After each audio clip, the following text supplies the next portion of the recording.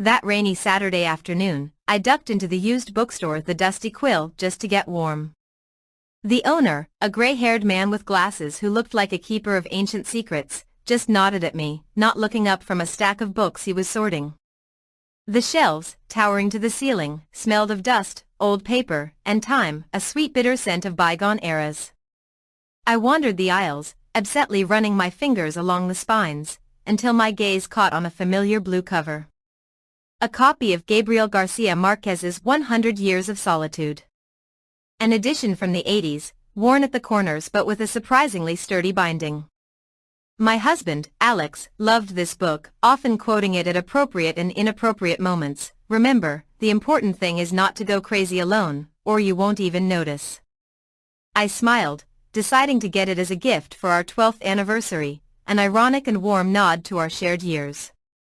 At home, settled in my armchair under a warm blanket, I began to flip through the pages. The book smelled different here than in the store, fainter, more domestic. And between pages 142 and 143, where the chapter about the flights of Remedios the Beauty begins, I felt something stiff and foreign in the spine. I carefully pulled it out. A small, rectangular, yellowed card with blue lines and columns. A library checkout card. At the top was the stamp of the Mid-City Public Library, branch number 3, and the book's title, written in pen. My heart did a strange, small flip. I studied the entries. The book had been checked out only 3 times, March 12, 2013, May 4, 2013, and finally, October 15, 2013. The due date was stamped for October 29. The book was returned on time, on the 28th. All 3 times, by the same borrower.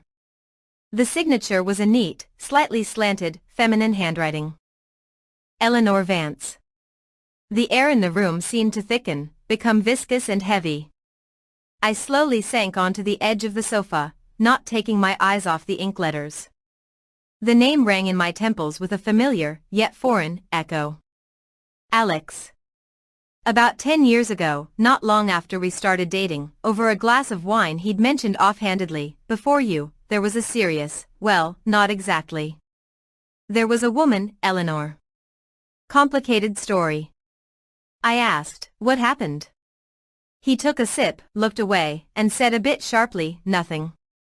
It's over. Not important."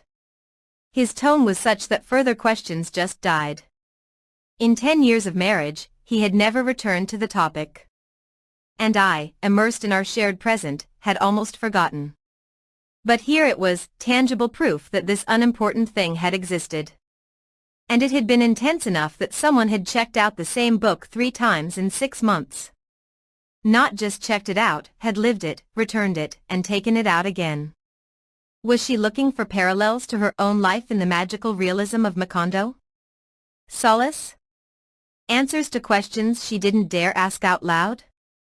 Alex came home from work late, tired, with shadows under his eyes from a difficult project. I served dinner, we talked about mundane things. The electricity bill had gone up, we needed to think about new summer tires for the car, our son had an interesting project at school. I nodded, smiled, and the card lay in the pocket of my sweatpants, burning my thigh like a hot ember. "Alex," I began as we drank tea in the kitchen. The light was soft, evening-like. "Do you remember, a really long time ago, when we first got together, you mentioned a woman?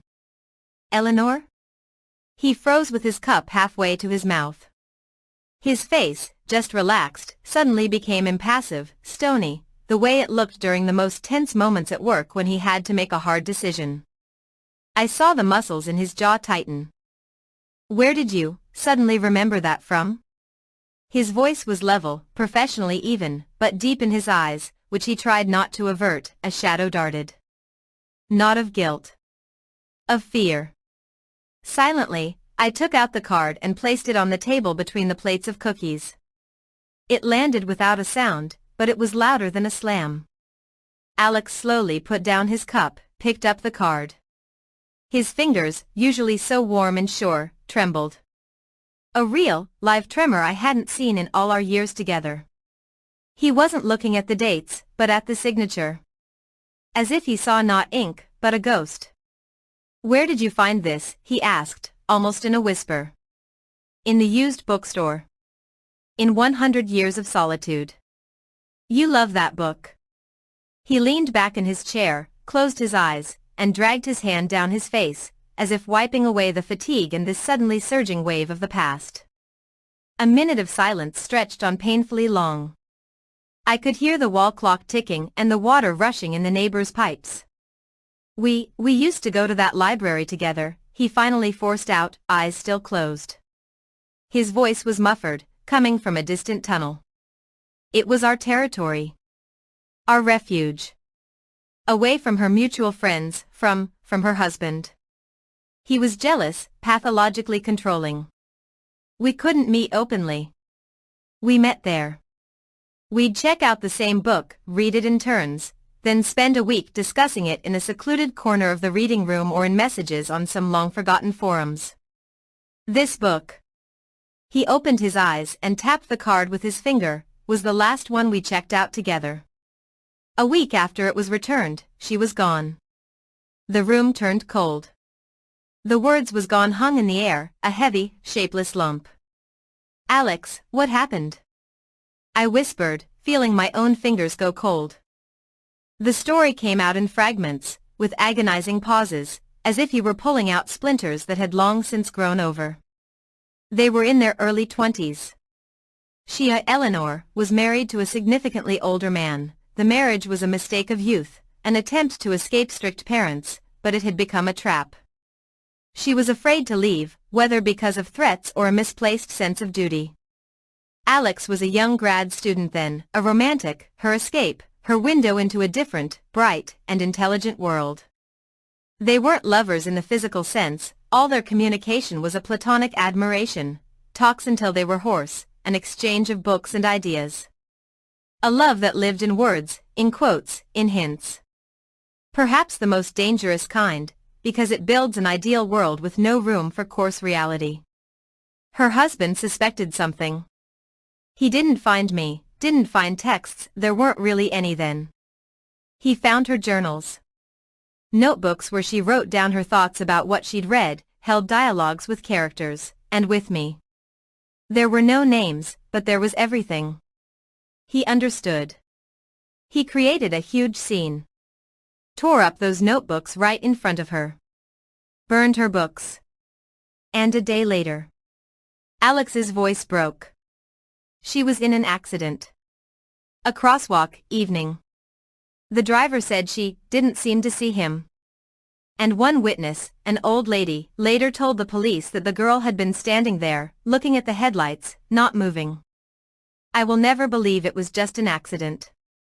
And I will never forgive myself for not taking her away then, for not pulling her out by force, for not doing something. A tear rolled down his cheek, down that familiar, beloved cheek where the first laugh lines had now appeared. For the first time in 12 years. I didn't know what to do. I just watched, and my heart constricted with a pain that was foreign, yet now so close.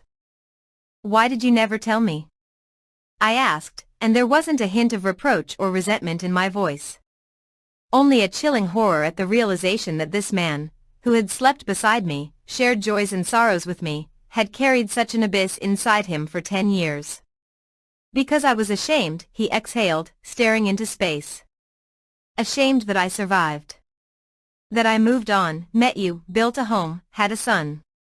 Found a quiet, solid happiness that she was completely denied. As if I betrayed her memory by allowing myself to be happy. This guilt, it's irrational, I know that in my head. But in here, he pressed a fist to his chest, in here it lived all these years, like a black stone. I thought if I buried that past as deep as possible, stopped talking about it, it would dissolve. But this card. Look, that's her handwriting. She always filled out these silly little squares so carefully, so neatly. She was afraid of making a smudge and upsetting the librarian. That night, we didn't sleep. Not in the romantic sense, but in the most literal one. We lay in the dark, in our shared bed, and talked. Or rather, he talked, and I listened, occasionally asking quiet questions. I listened to the story of a woman who loved the autumn rain against the library window, who laughed quietly, covering her mouth with her palm, who was terrified of her husband to the point of her knees shaking, and who at the same time dreamed of translating Latin American prose. Who, perhaps, had checked out this book about solitude, eternal and interrupted, for the last time, to find in it either the strength for an escape or reconciliation with fate. An escape that never happened. By morning, something in him had broken. But not in a bad way. The shell, the casing he had built around that pain for years, had cracked. He became different, not a stranger, but more transparent. Softer, more vulnerable, and in a new way, stronger because of it. His strength was no longer in concealment. "I need to find her family," he said in the morning, looking at the card I'd placed on the nightstand. "At least find out where she's buried. Go there. Sit for a while. Bring flowers. And say goodbye. For real. Not to her, to the ghost I've been carrying inside me for 10 years. I took his hand and squeezed it tightly. "We'll go together." He looked at me, and there was so much gratitude, relief, and a kind of childlike hope in his eyes that a lump formed in my throat. Was I afraid? Absolutely. Deep down, a small, ugly fear stirred. What if this ghost turned out to be stronger? What if, confronting the past, he realized his true love had remained there, in the dusty library of 2013? But in that moment, I realized something more important. This ghost had already been here for a long time.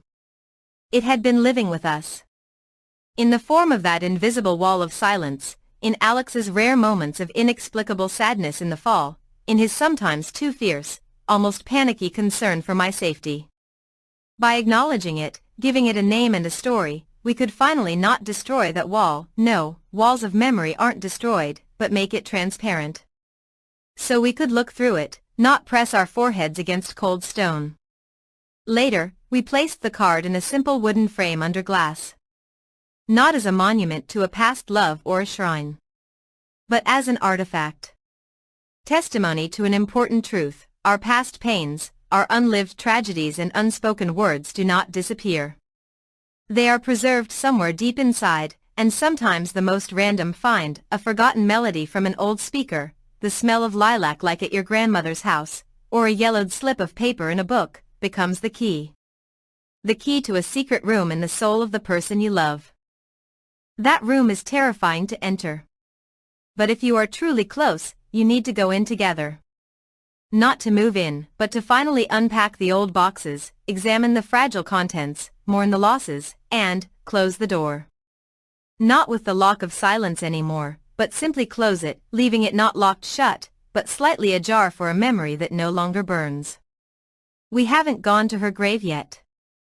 But we've started talking. For real.